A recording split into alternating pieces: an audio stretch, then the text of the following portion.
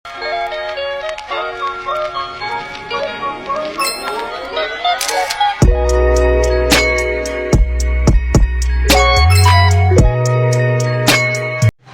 semuanya, selamat datang di podcast Sejarah Kita. Kenalin, nama gue Kaisyati Farsyada. Perkenalkan, nama gue Lutfi Ramadan.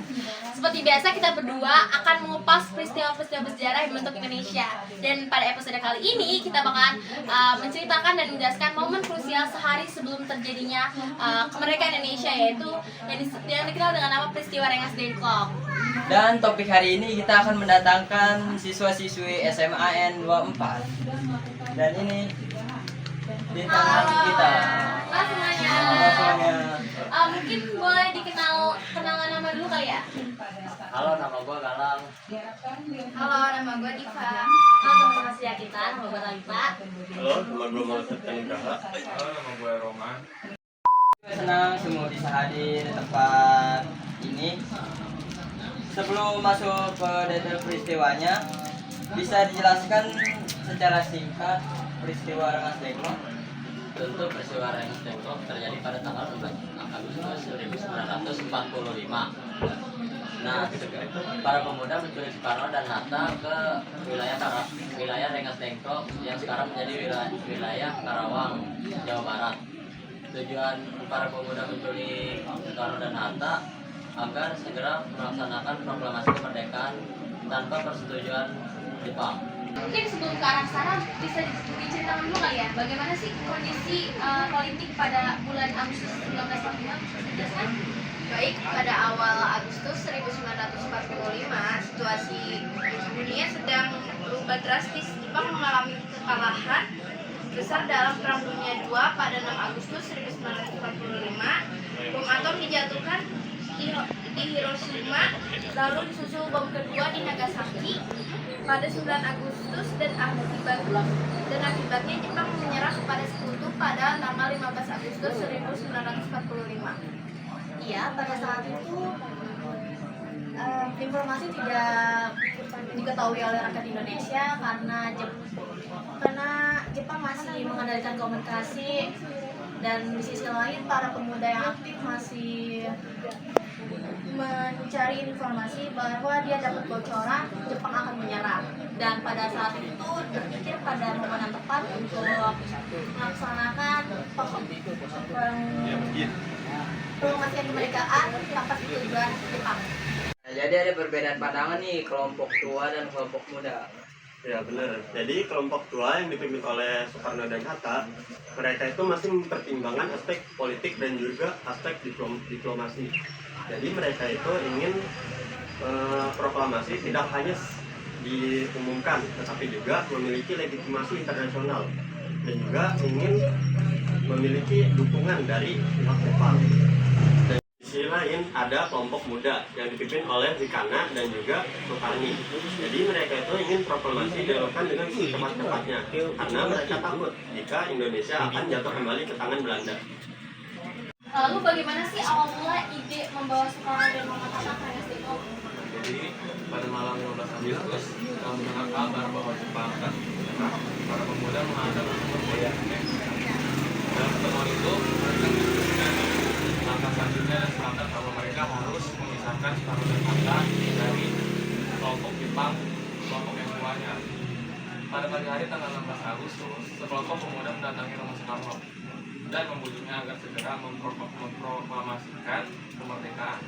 Namun Soekarno tetap bersikukuh bahwa proklamasi harus dilakukan melalui prosedur yang jelas.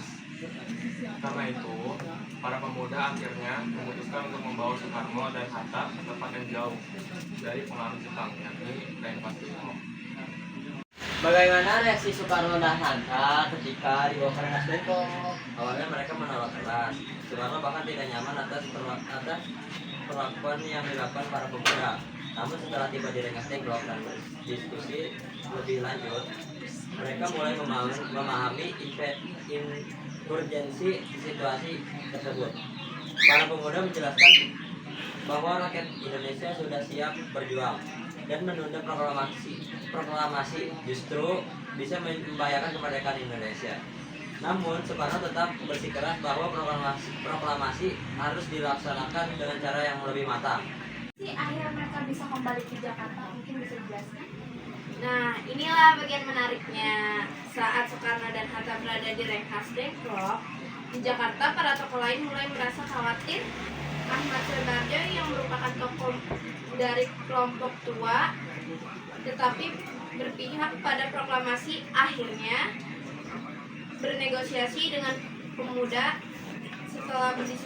Setelah berdiskusi panjang, Subarjo memberikan jaminan bahwa proklamasi akan dilakukan paling lambat tanggal 17 Agustus 1945. Dengan jaminan itu, akhirnya Soekarno dan Hatta dibawa kembali ke Jakarta pada malam 16 Agustus. Bagaimana proses menuju proklamasi setelah mereka kembali ke Jakarta?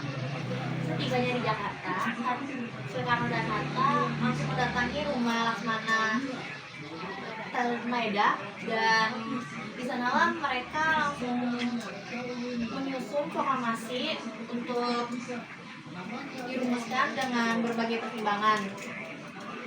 Akhirnya naskah proklamasi dituliskan untuk ditandatangani oleh Soekarno Hatta pada nama bangsa Indonesia. Pagi hari pada tanggal 17 Agustus 1945, proklamasi dibacakan oleh Soekarno di pendiaman Pegasaan Timur nomor 56. Jadi mungkin bisa dibilang kalau peristiwa Rengas Dengklok ini menjadi pendorong utama dalam pelaksanaannya proklamasi ya? Ya betul. Nah, tanpa tekanan dari pemuda Indonesia di Rengas Dengklok, bisa saja Rengas Dengklok itu tidak terjadi secepat itu. Nah, peran pemuda di Rengas Dengklok itu juga sangat penting untuk kemerdekaan Indonesia. Luar biasa, dari peristiwa ini kita bisa belajar bahwa keberanian dan ketegasan sangat dibutuhkan dalam mengambil keputusan penting.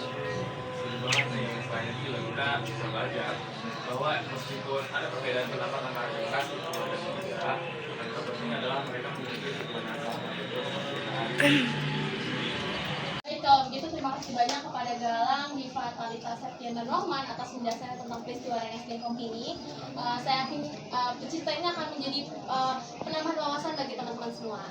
Sama-sama, kami juga senang diundang ke acara ini dan menceritakan tentang sejarah ini. Baik, itu tadi pembahasan peristiwa Rengas Dengklok. Semoga menjadi kisah inspiratif bagi kita semua.